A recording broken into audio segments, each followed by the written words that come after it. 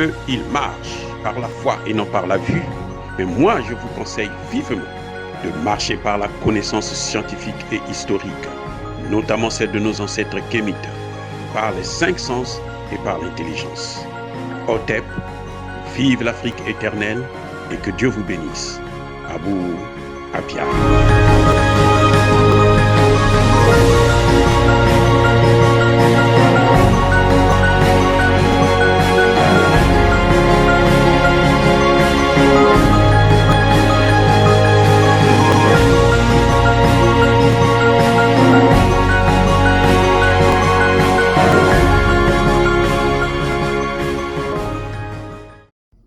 Hotep à tous. Je ne sais pas si vous avez appris et vous êtes au courant de cette déclaration, la plus stupide bien sûr qui soit, d'Emmanuel Macron. La France pouvait arrêter le génocide avec ses alliés africains. Écoutez bien, avec ses alliés africains. Ils n'ont pas eu la volonté. Donc, par manque de volonté d'arrêter le génocide, la France et les Africains n'ont pas arrêté le génocide. Et son ministre des Affaires étrangères, l'autre qui, comme vous le savez, qui tient le mur, il va vous dire que la responsabilité de la France est accablante. Mais il refuse de présenter des excuses. Pourquoi je vous parle de cette phrase? C'est que la France veut attacher sa responsabilité avec celle de l'Afrique. C'est vrai que le génocide rwandais, là, c'est pas le génocide. Moi, je ne parle pas du génocide Tutsi. Il n'y a pas eu de génocide Tutsi, il y a eu génocide rwandais. C'est l'œuvre de la France, c'est la responsabilité de la France et des pays africains. Vous voyez comment la France fuit ses responsabilités. Elle ne veut pas prendre ses propres responsabilités. Quel pays africain? Et elle parle de quel pays africain? Ce sont les pays africains qui sont en train de payer le prix du génocide. Regardez le Congo qui s'est permis de recevoir les Rwandais. Aujourd'hui, il a perdu lui-même près de 18 millions de personnes. Le Congo démocratique, 18 millions que les Rwandais ont massacrés. Avec le soutien des Occidentaux, des États-Unis, de la France, de l'Angleterre et autres. Ça aussi, vous allez dire que c'est l'Afrique qui est responsable. C'est comme, ils nous ont pris en esclavage. Ils sont venus, ils ont pris en esclavage. Et ils vont dire aux Antilles que non, mais nous on est allés le prendre parce que les Noirs nous les vendaient, vous a vendu. Les Noirs ont vendu leurs frères. Et il y a un président qui est nul comme son talon. D'ailleurs, il s'appelle Talon, qui va aux Antilles et dit non, nous les Noirs, on vous avez vendu. Vous savez, si c'était un enfant, il mérite seulement des claques. C'est incroyable de faire de telles déclarations. C'est-à-dire que plus stupide que ça, c'est du jamais vu. Mais non. Emmanuel Macron va prendre sa responsabilité, il va l'endosser, il veut porter cette veste avec l'Afrique, qui est à l'origine de la guerre en Libye. Ah, il va dire aussi que c'est l'Afrique. Je vais vous expliquer ce qui s'est passé. Les pays africains ont décidé de négocier avec Kadhafi pour que Kadhafi s'en aille tranquillement. Kadhafi laisse le pouvoir à ces imbéciles qui voulaient, voilà le résultat qu'ils ont eu. Qui voulaient la démocratie, soi-disant. La démocratie ou l'occidentalisation. Les Africains se sont réunis, ils ont fait une délégation. Le président Museveni a parlé. Ils ont fait une délégation. Ils voulaient partir. Les Otaniens leur ont demandé de quitter la Libye tout de suite. Sortez. On a vu les Sassou Nguesso sortir par la cuisine avec les autres présidents africains. L'OTAN a dit, si vous restez là, on vous tue tous. Ils étaient obligés de prendre le large. Le président Sassou Nguesso est vivant. Ils savent ce qu'ils ont vécu. Parce qu'ils voulaient aller arranger. Qui les a empêchés? C'est bien la France là et les États-Unis. Le génocide, quand Emmanuel Macron dit les pays africains, n'ont pas fait, n'avaient pas la volonté. Il n'y a pas plus stupide que ça. Déjà quand il parle là, il s'adresse à un génocidaire. Donc, bon, qu'est-ce qu'il peut dire lui? Il est génocidaire lui-même, il va dire quoi? Un génocidaire impuni, parce que il est avec les Occidentaux. Je vais vous dire encore une chose. On va pas aller en Libye, ça c'est récent. Mais en 94 là, Boutros Ghali était secrétaire général de l'ONU. Boutros Ghali avait des forces, des casques bleus sur le terrain. Boutros Ghali a demandé à ces casques bleus d'intervenir. Qui a dit qu'il ne devrait pas intervenir pour éviter le génocide? C'est pas Boutros Ghali. Boutros Ghali, c'est qui? C'est pas l'Afrique. L'Égypte, c'est où? C'est pas en Afrique.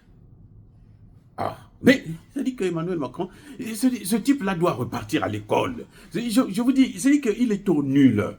Il est trop nul. Mais c'est comme s'il n'avait même pas de conseiller. Boutros Ghali a demandé à ce que les Nations Unies, les casques bleus, puissent intervenir. Le patron de ces casques bleus, c'était Kofi Annan, secrétaire général de l'ONU. Les Américains et les Français, les Italiens ont dit non, vous n'intervenez pas.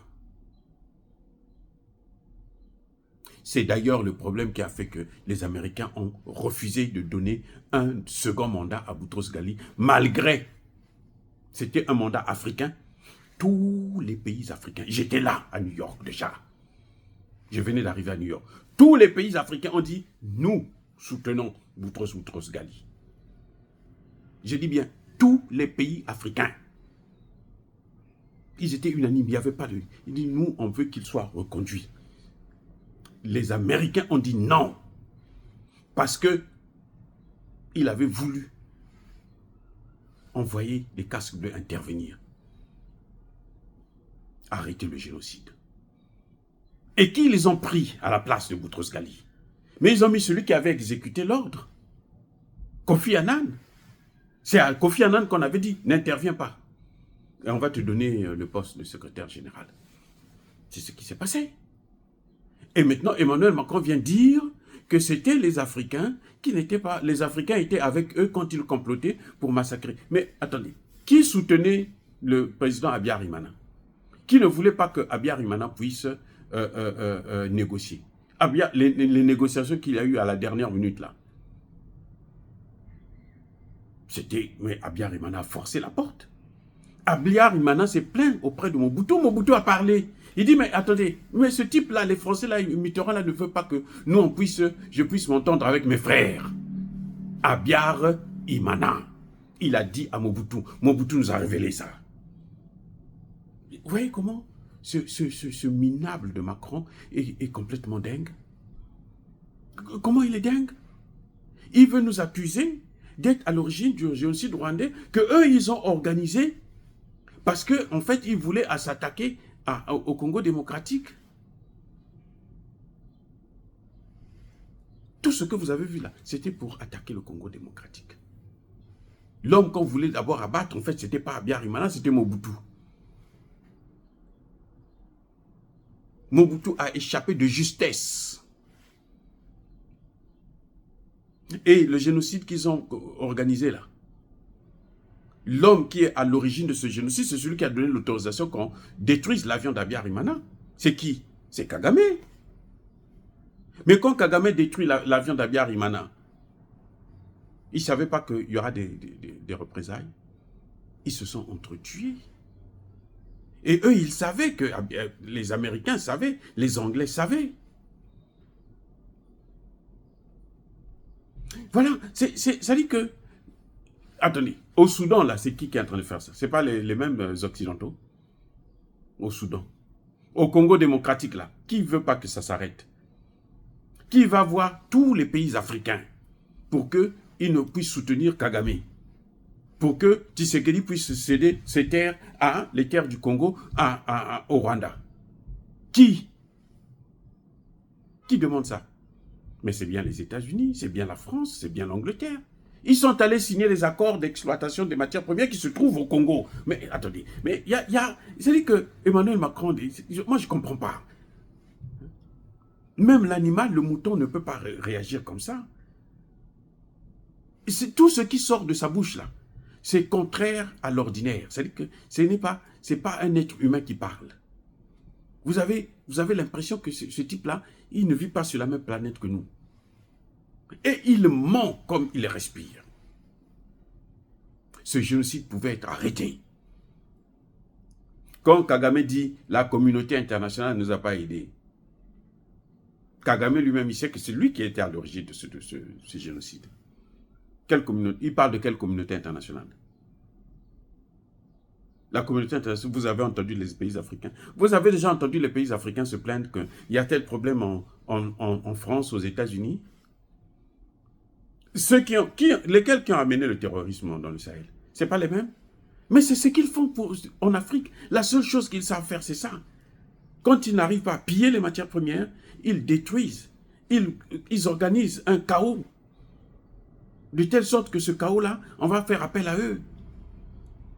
Donc Emmanuel Macron va dire que nous n'avons pas des armées en Afrique francophone, là. C'est aussi à cause des pays africains. Le CFA, là, c'est à cause des pays africains. Regardez comment il est en train déjà de faire pression sur le Diomaye Faye. Actuellement, Diomaye Faye est sous pression pour ne pas qu'il touche le franc CFA. S'il doit toucher le franc CFA, il doit prendre l'écho que Emmanuel Macron et Alassane Ouattara ont inventé, ont créé, qui ne vaut absolument rien. Un autre franc CFA bis. Donc, la responsabilité de ce génocide-là n'incombe pas du tout aux Africains. Non. Les pays africains doivent avoir la tête haute. Ils sont des victimes. Tous les pays africains sont victimes. Parce que ce qu'ils ont fait au Rwanda, là, c'est ce qui est en train d'entraîner tout le chaos dans la sous-région. Oui, dans la sous-région, il y a le chaos à cause de ce qu'eux, ils ont fait au Rwanda. Et ce sont eux qui ne veulent pas arrêter Kagame, dire à Kagame ces 4 vérités pour qu'il s'asseye tranquille, il pose ses fesses à Kigali et qu'il n'embête pas les autres pays, y compris le Burundi. Là aussi, ils vont dire que ce sont les Africains. Non, Emmanuel Macron, tu n'as qu'à prendre tes responsabilités toi-même. Laisse les Africains tranquilles. D'ailleurs, nous, on ne veut pas de toi. On ne veut pas de toi en Afrique parce que tu as trop fait du mal. Vous avez déjà vu des gens qui viennent vous aider pour faire la guerre. Et après, quand ils demandent leur salaire, vous les canardez tous. C'est ce que De Gaulle a fait à Charonne. Pendant la Seconde Guerre mondiale, on prend les Noirs, on les met devant pour sauter avec les mines. Et après, eux-mêmes, ils viennent par la suite. On connaît. Et maintenant, on vient nous dire, oh non, vous savez, il y a eu génocide, mais parce que les alliés africains, quel allié africain? Quand vous causez, vous étiez en train de créer ce génocide-là, quand vous l'avez organisé, vous avez posé la question aux alliés africains. En Libye, là, Issoufou, le président, hein, Issoufou, a dit au président Barack Obama, ne fais pas ça, tu vas déstabiliser toute la région. Barack Obama dit non, ne t'en fais pas, nous on est venus pour tout détruire. Et il est venu, il a tout détruit. Il a mis le feu partout dans le Sahel. Là aussi, il va dire que non, c'est la faute des Africains. Qui voulait faire la guerre au Niger?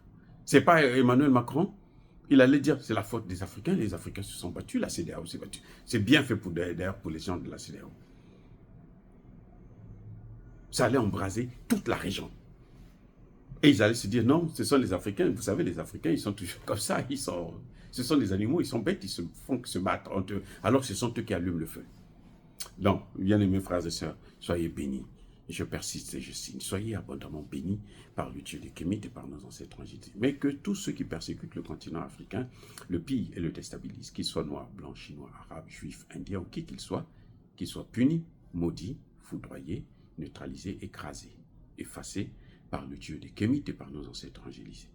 Vive l'Afrique éternelle, je dis et j'assume.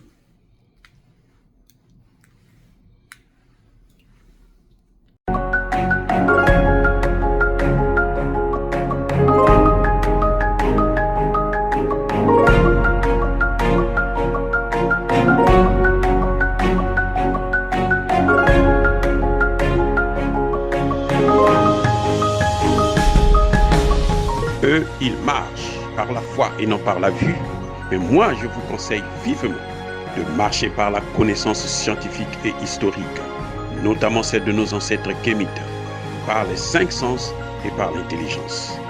Hotep, vive l'Afrique éternelle et que Dieu vous bénisse. Abou Apia.